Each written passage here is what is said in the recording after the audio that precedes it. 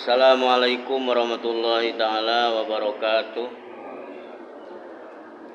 Innal hamdalillah nahmaduhu wa nasta'inuhu wa nastaghfiruhu wa nastahdihi wa na'udzu billahi ta'ala min syururi anfusina wa sayyiati a'malina.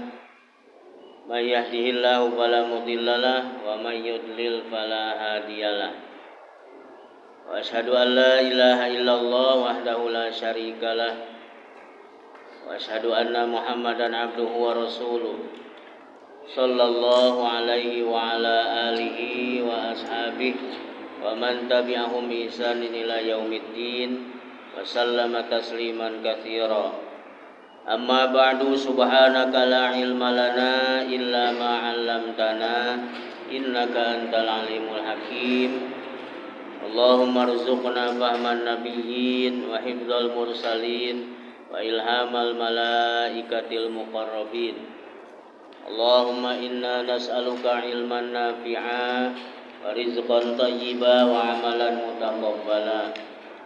Allahumma inna nas'aluka ilman nafi'a wa rizqan thayyiba wa amalan mutaqabbala.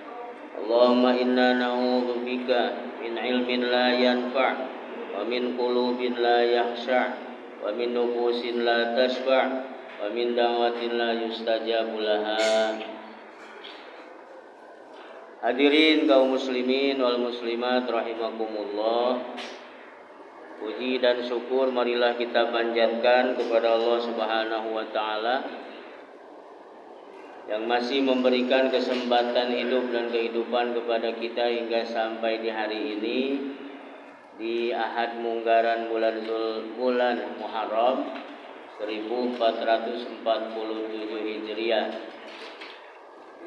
Mudah-mudahan di tahun baru ini kualitas ibadah dan ketakwaan kita kepada Allah menjadi lebih baik dan kita senantiasa dalam keadaan lebih baik untuk kedepannya lagi. Salawat dan salam kita sanjungkan hanya kepada Nabi Muhammad sallallahu alaihi wasallam serta seluruh keluarga, para sahabat dan genap pengikutnya. Hadirin rahimakumullah. Kita lanjutkan kajian syarah kitab Hisnul Muslim. Sekarang memasuki materi pertama dengan kajian Adhkarul Istiqadhi minan naum. Zikir-zikir saat bangun tidur. Mungkin ini sepele kalau kita mengingat, kita sudah pada besar, sudah pada hafal. Tapi mudah-mudahan ada penjelasan-penjelasan yang selama ini kita belum mengetahui sehingga menjadi bahan pencerahan bagi kita semua.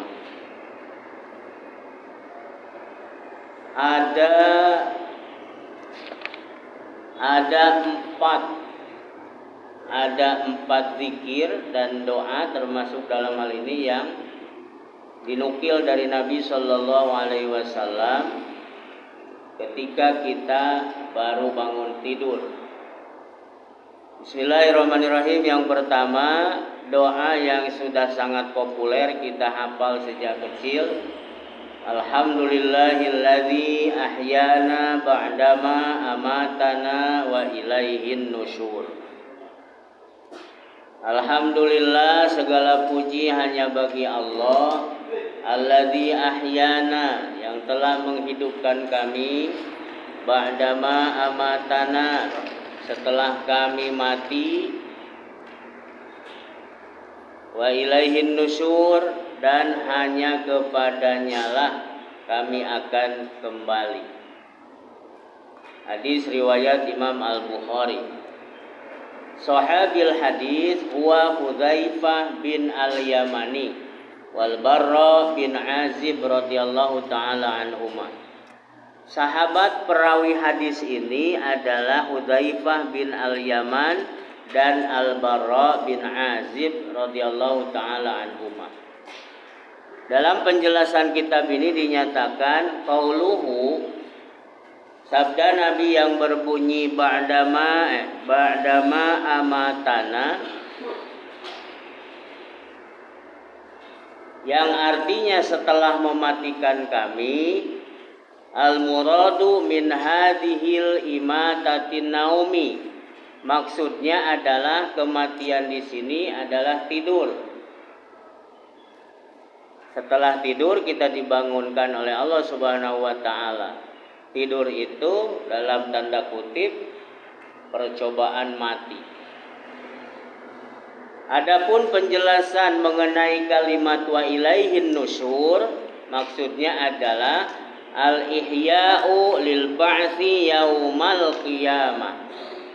Sabda Nabi yang mengatakan al-ihya'u lil ba'tsi yaumal qiyamah itu adalah maksudnya hanya kepadanya lah kembali wa ilaihin nusyur, yang dimaksudkan adalah dihidupkan kembali nanti untuk dibangkitkan pada hari kiamat.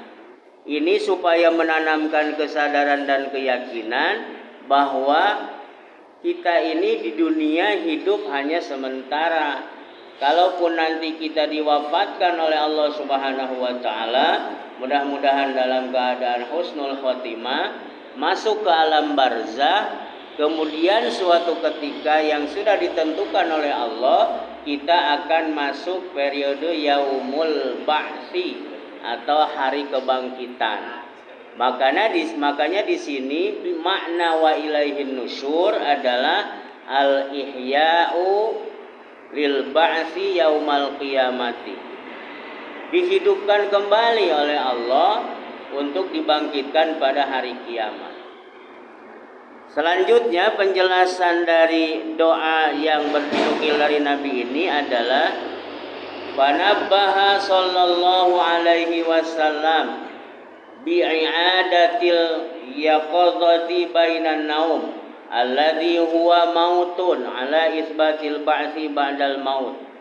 Pada hadis ini nabbaha Rasulullah sallallahu alaihi wasallam menyadarkan kita bahwa dihidupkannya kita kembali setelah tidur.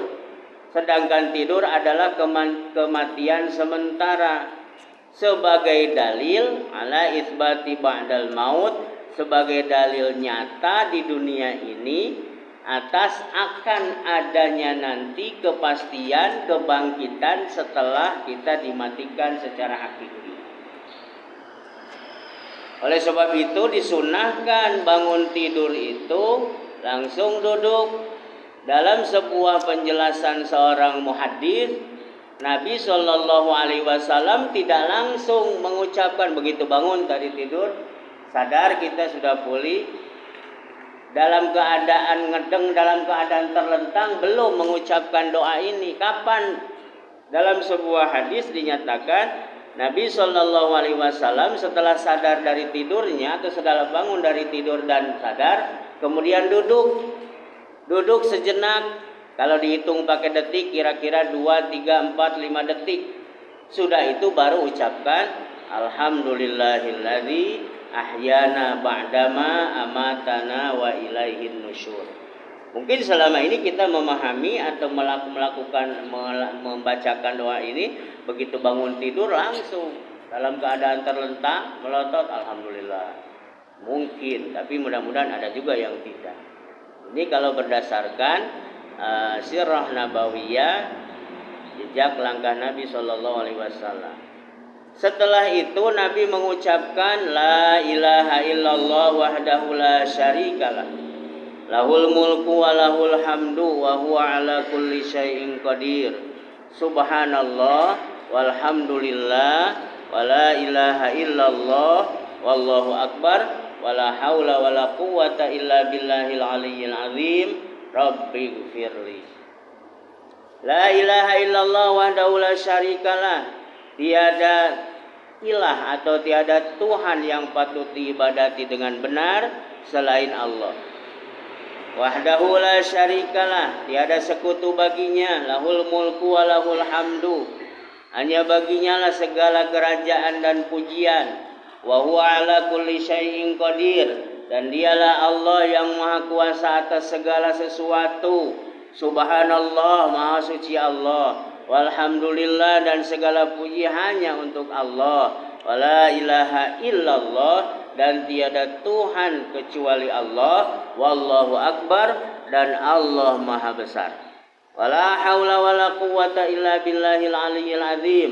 Wala haula dan tiada daya, wala quwata maupun kekuatan, illa billahi kecuali dengan pertolongan Allah al-aliyyil azim yang maha tinggi lagi maha agung. Baru ditutup dengan Rabbi firli. Siapa perawi hadis ini? Sahabil hadis huwa Ubadah bin Samit radhiyallahu taala anhu.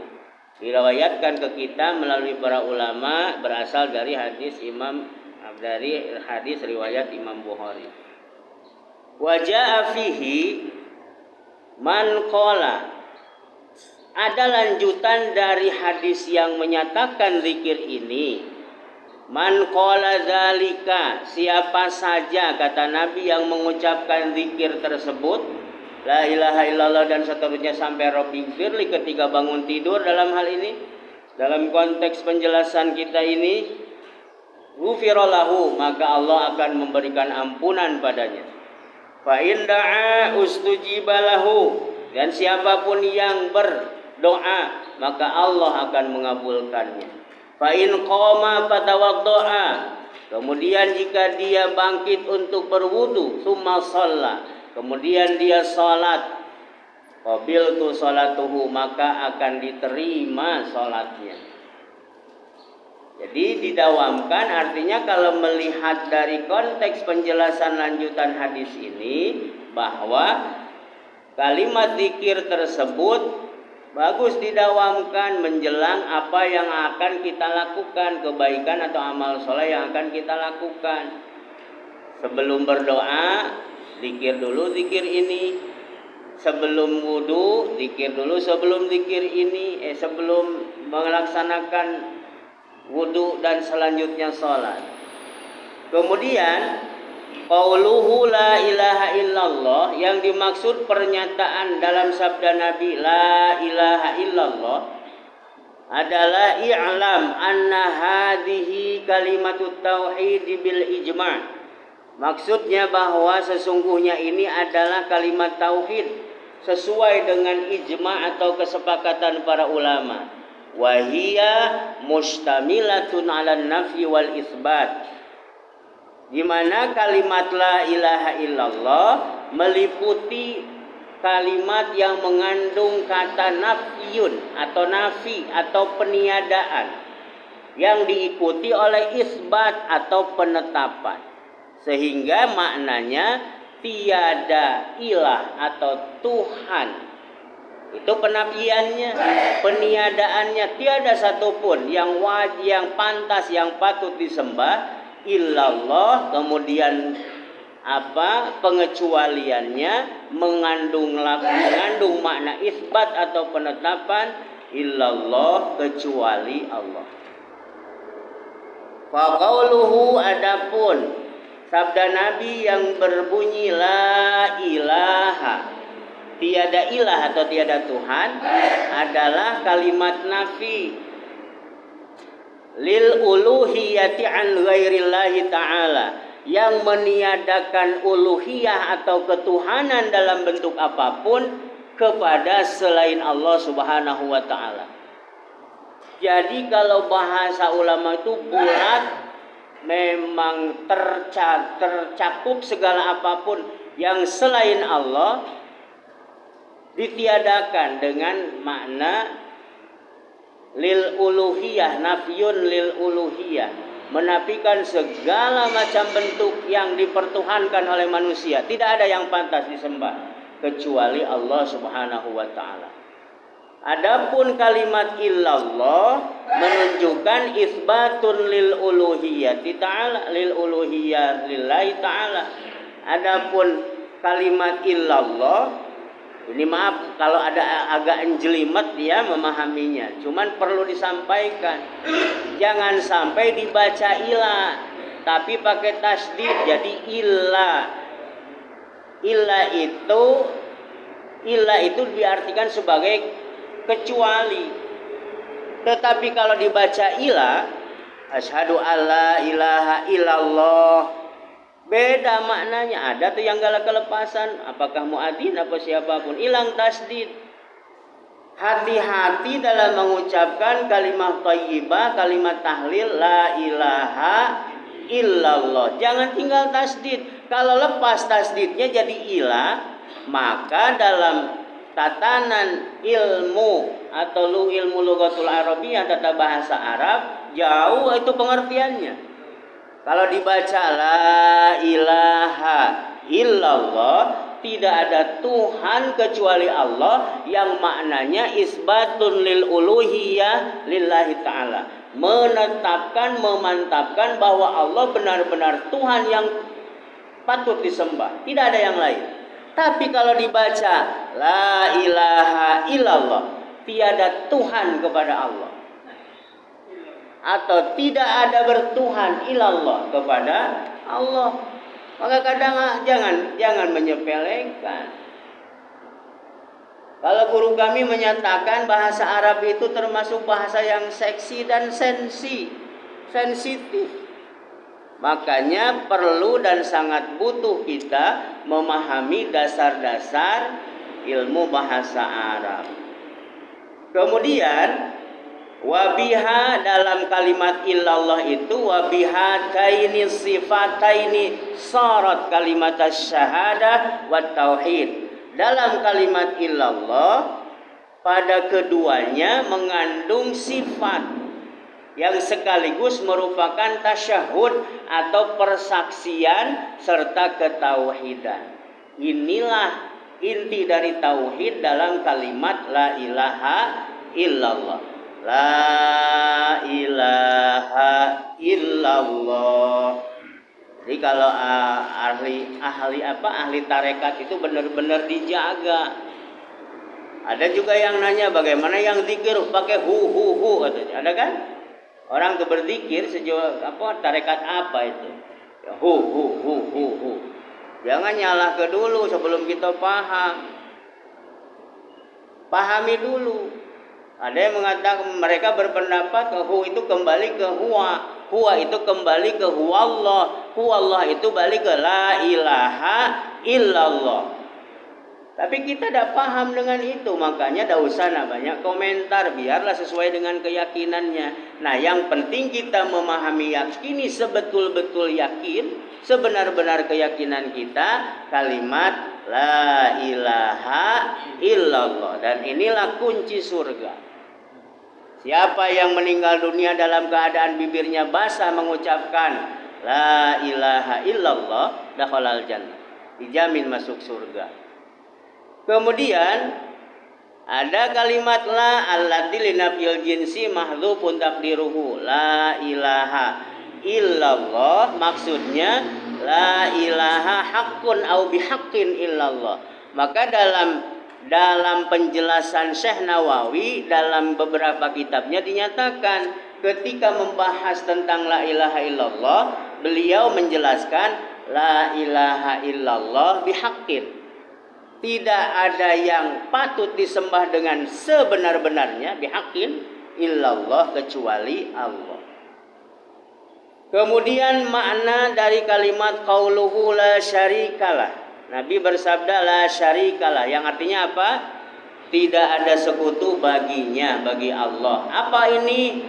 Ta'kidun liqaulihi wahdahu, sebagai penguat dari kalimat sebelumnya wahdahu, yang artinya bahwa satu-satunya Allah atau Allah yang Maha Esa. Li'annal wahida la yakunu la syarik. Karena sesungguhnya yang Maha Kuasa, yaitu Allah Subhanahu wa ta'ala, itu Maha Esa, tentu tidak mempunyai sekutu. Sehingga dalam ini kembali kepada konsep qul huwallahu ahad, Allahus samad, lam yalid walam yulad walam yakul lahu kufuwan ahad. Ada seorang sahabat yang begitu cinta dengan dengan ayat surat Al-Ikhlas ini, sampai-sampai ada yang protes dan mengadukan hal ini kepada Nabi. Ya Rasul, si fulan ini setiap sholat sudah Fatihah pasti baca qul hu, ganti surat lain. Rakaat pertama sudah Fatihah qul huwallahu ahad. Rakaat kedua mah itulah. Nabi senyum. Kemudian ditanya, "Kenapa kamu melakukan itu?" Pertama dalilnya kalau Nabi kan sudah tahu seperti yang disampaikan di sini. Apa di dinding ini yang nama-nama surat ini sebagai penjelasan dari para ulama. Apa? Bacalah yang mudah bagimu. Satu itu, ngamal ke keterangan itu. Di lain sisi, ya Rasul, aku ini seneng nian dengan ayat ini, dengan surat ini. Qul huwallahu ahad, Allahus samad, lam yalid wa lam yulad wa lam yakul lahu kufuwan ahad. Lalu Nabi menjelaskan, memang betul ini adalah surah yang luar biasa, sehingga siapapun yang membaca Quran surah Al-Ikhlas salasun mutawaliyatun, 3 kali berturut-turut sama dengan mengkhatamkan Al-Quran. Ada keterangan seperti itu. Kemudian yang dimaksud lahul mulku, yaitu al-milku bi dhammil mim ya'umu wal mulku bi kasril mim yakhus. Jadi maknanya bahwa kepemilikan yang dimaksud dengan lahul mulku itu Allah Maha memiliki raja dan kerajaan. Kalau dibaca mulku kerajaan, kalau dibaca milku bi kasratil mim ya khusus, maka diartikan kepemilikan khusus. Tapi dalam zikir yang tadi disebutkan tidak dibaca al-milku tapi lahul mulku, karena mencakup segala kerajaan di dunia, di alam ini. Kemudian walahul hamdu jami'u hamdi wa sanai ahli samawati wal ardh. Yang dimaksud sabda Nabi dengan kalimat walahul hamdu, yang artinya bagi Allah, baginya segala macam bentuk pujian, maksudnya adalah Allah itu seluruh pujian dan sanjungan dari penduduk langit dan bumi.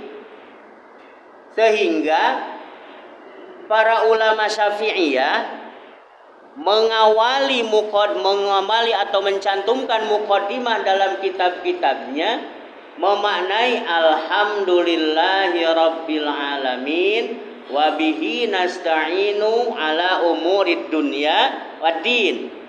Alhamdulillah, segala puji lillahi dikhususkan ditekankan hanya milik Allah. Wa bihi, dan hanya kepada Allah lah nasta'inu, kita memohon pertolongan.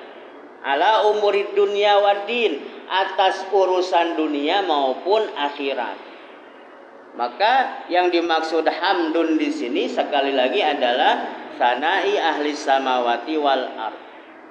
Kemudian perkataan Nabi SAW, subhanallah, itu adalah kalimat penyanjung sebagai pensifatan Allah, mensucikannya dari segala hal yang tidak baik. Dan ini mutlak, bahwa setiap apapun yang ada di dunia ini kembalikan kepada Allah Subhanahu wa taala yang Maha Suci. Allah tidak ternodai dengan apapun. Maka dari itu turunan dari kalimat subhanallah ini ada keterangan bahwa tidak diterima segala amal perbuatan kita kecuali yang bersih-bersih, karena Allah yang Maha Bersih, Maha Suci. Kemudian kalimat Allahu Akbar, apa yang dimaksud Allahu Akbar dalam hadis ini? Nabi SAW menjelaskan, menurut para ulama maksudnya adalah subhanahu akbar wa a'dhamu min kulli syai'. Maha suci Allah yang maha besar dan maha agung dari segala sesuatu. Kemudian yang terakhir, qauluhu rabbighfirli. Yang dimaksud rabbighfirli yakni ya Rabbi ustur dzunubi, wahai Tuhanku, tutuplah dosa-dosaku. Maka di sini ada penjelasan para ulama. Kalau kita meminta kepada Allah dengan kalimat ya Allah, ighfirli, ampuni aku, maka yang dimaksud ampuni aku, kalau dikabulkan, dalam hal ini Allah pasti mengabulkan, maka dosa-dosa kita ditutupi oleh Allah di dunia hingga akhirat. Tapi di akhirat masih tetap mendapatkan balasan atas dosa yang kita lakukan. Tapi kalau kita meminta maaf kepada Allah, ya Allah, ampunilah aku. Jika dalam hal ini Allah pasti mengabulkan doa kita, maka Allah mengampuni dan dalam arti menutup dosa kita. Kemudian di akhirat Allah bebaskan kita dari balasan atau azabnya. Makanya di bulan Ramadan suka diadawamkan. Ada kan? Meskipun di luar Ramadan bagusnya diamalkan. Apa tuh doanya tuh? Ada zikir Ramadan itu? Allahumma inni as'alukal afwa wal afiyah. Terus apa lagi? Nah kan gak lupa. Kalau di Ramadan baik ingat. Termasuk yang ngomong lupa pula. Iya padahal tadi kan dibaca. Allahumma. Ayo yang ingat siapa dikasih hadiah oleh Ustaz Ridwan. Allahumma innaka afuwun karim tuhibbul afwa fa'fu anna. Allahumma innaka afuwun tuhibbul afwa, dalam hadis aslinya tidak pakai karim. Allahumma innaka afuwun tuhibbul afwa fa'fu anni. Nah itu minta maaf supaya selain ditutup juga tidak dibalas lagi, tidak mendapatkan balasan lagi di akhirat kelak. Maka di sini sekali lagi makna Rabbi firli sebenarnya adalah ya Rabbi ustur dunubi. Yang ketiga yang dilakukan oleh Nabi itu membaca doa atau membaca zikir alhamdulillahillazi afani fi jasadi wa radda alayya ruhi wa adzina li bi dzikrihi. Hadis riwayat Imam At-Tirmidzi. Segala puji bagi Allah yang telah melindungi jasadku, wa radda alayya ruhi, dan mengembalikan nyawaku, wa adzina bi dzikrihi, dan memberiku kesempatan berzikir padanya. Hafal lah ya. Yang pertama pasti sudah hafal, yang kedua juga hafal, tinggal tambah Rabbi Gfirli. Coba dawam tuh. Jadi terus terang, yang ngomong juga baru tadi malam, jangan bangun 3:30, jam 3 lewat. Dah duduk. Amal ke memang kalau lagi lemah ya lemah kan. Kalau lagi nak gancang ya gancang. Tuh. Tapi paling indah kita praktikkan, dawamkan, dan itu yang akan menjadi pahala bagi kita. Kemudian siapa perawi hadis ini? Wa Abu Hurairah radhiyallahu taala anhu. Apa makna afini fi jasadi pada doa atau zikir itu? Wahia difa'ullah atau daf'ullahi ta'ala anil abdi. Maksudnya adalah perlindungan yang diberikan Allah Subhanahu wa taala berupa penolakan segala macam hal yang tidak baik. Menolak, Allah akan menolak bagi kita segala hal yang tidak baik. Bi ayyahfadhahu, dengan menjaga diri kita dari hal yang tidak baik, bala dan musibah. Kemudian radda ala ruhi wasafallahu ta'ala bidzalika li anna hadzal maqam yaqtadi hadis sifatil munasibati.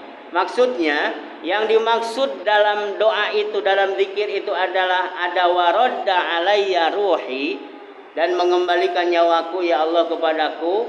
Maksudnya Allah Subhanahu wa taala mengajarkan supaya kita mensifati Allah yang sedemikian rupa. Pada keadaan ini menuntut hamba mengingat Allah akan sifat Allah yang maha agung, terutama ketika kita tidak ada kuasa dan kekuatan untuk mengendalikan ruh ini.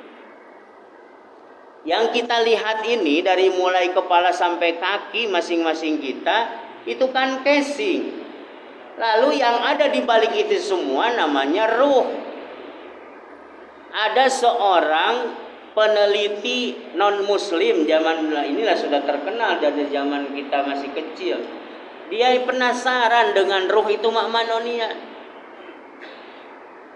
Sehingga suatu ketika dia meminta kepada rekan-rekannya, anak buahnya, pegawainya, kebetulan dia tugas di rumah sakit sekaligus peneliti kesehatan, penasaran dengan ruh itu, katanya ada nyawa, mereka nyebut nyawa. Coba mak manonian bentuknya. Pesan kepada anak buah dan karyawannya, kalau ada yang sekarat mau meninggal dunia, masuk ke tabung. Sudah disiapkan tabungnya dari tabung kaca.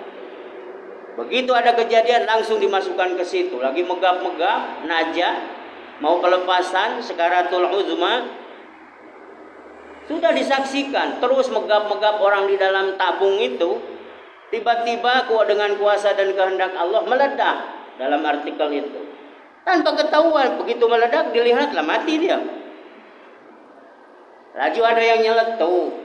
Oh dokter, nyawa itu sama dengan darah. Kok bisa? Jadi kalau nak lihat nyawa itulah darah. Mana kondisi darah? Kalau darah masih ngalir, berarti dia itu masih ada nyawanya. Jadi nyawa itu darah menurut kesimpulan anak buahnya. Tapi dalam Islam kan tidak. Ketika Nabi Shallallahu Alaihi Wasallam mendapat firman Allah, yas'alunaka 'anir ruh. Jika kamu mendapat pertanyaan ya Muhammad, bagaimana ruh itu? Jawaban Nabi apa? Allah jawab, qulir ruh.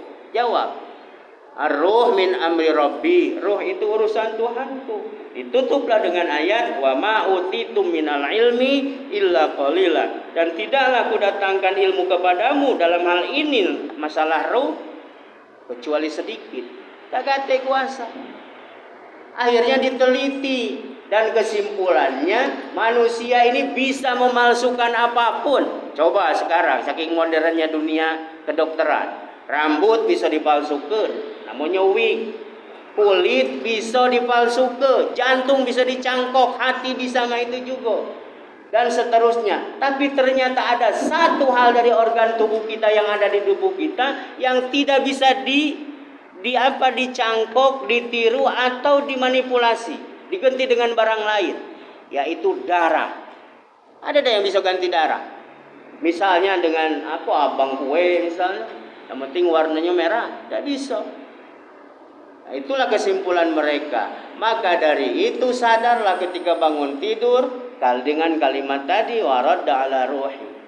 Dan kaulah ya Allah, alhamdulillah yang telah mengembalikan ruhku. Dalam sebuah pendapat, ketika kita tidur, ruh kita kan melayang-layang. Cuman kita tidak tahu. Namanya juga tidur. Pasti coba ada teka-teki teko Pak. Kapan lemak tidur tuh? Sampai sekarang bingung kami, itu pertanyaan dari dosen dulu. Coba kamu lemah dah tidur? Lemah Pak. Kapan kamu lemak tidur tuh? Oh waktu malam tadi Pak, tidur jam 8 sampai jam 3 itu pulasnya, lemah nih yang tidur. Kalau kamu ngerasa kelemah berarti kamu tak tidur. Ada yang jawab mahasiswanya, pas bangun tidur kan tak tidur lagi lah bangun. Jadi apa jawabannya? Dosen yang ngajak bingung. Yang lemah itu efek setelah kita tidur. Maka kemarin ketemu dengan seorang purnawirawan, dia seger, 60 lewat Pak. Kutanya kamu tuh berlari sanggup berapa kilo lagi? Berapa keliling lagi di lapangan? Kalau 5 kilo tadi aku masih sanggup katanya. Memang seger orangnya, maklum TNI kan. Mana lah jago supaya bangun tidur itu lemah. Efek dari tidur, yang penting sehat deh gitu katanya kan. Tuh. Jadi kembali ke ruh.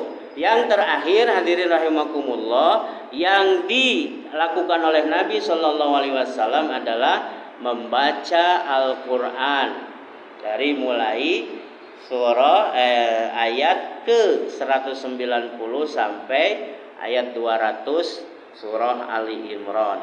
Tinggal dibaca saja, digedengkelah kitab suci Qur'annya.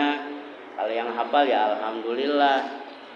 Dan itulah beberapa atau 4 4 zikir dan doa yang dilakukan oleh Nabi Shallallahu Alaihi Wasallam ketika beliau bangun dari tidur. Mudah-mudahan kita bisa mengamalkan sedikit demi sedikit apa yang dilakukan oleh Nabi Shallallahu Alaihi Wasallam. Itu saja mungkin untuk pagi ini, hadirin rahimakumullah. Wa makadar subhanakallahumma wa bihamdika asyhadu an la ilaha illa anta astaghfiruka wa natubu ilaik. Assalamualaikum warahmatullahi wabarakatuh.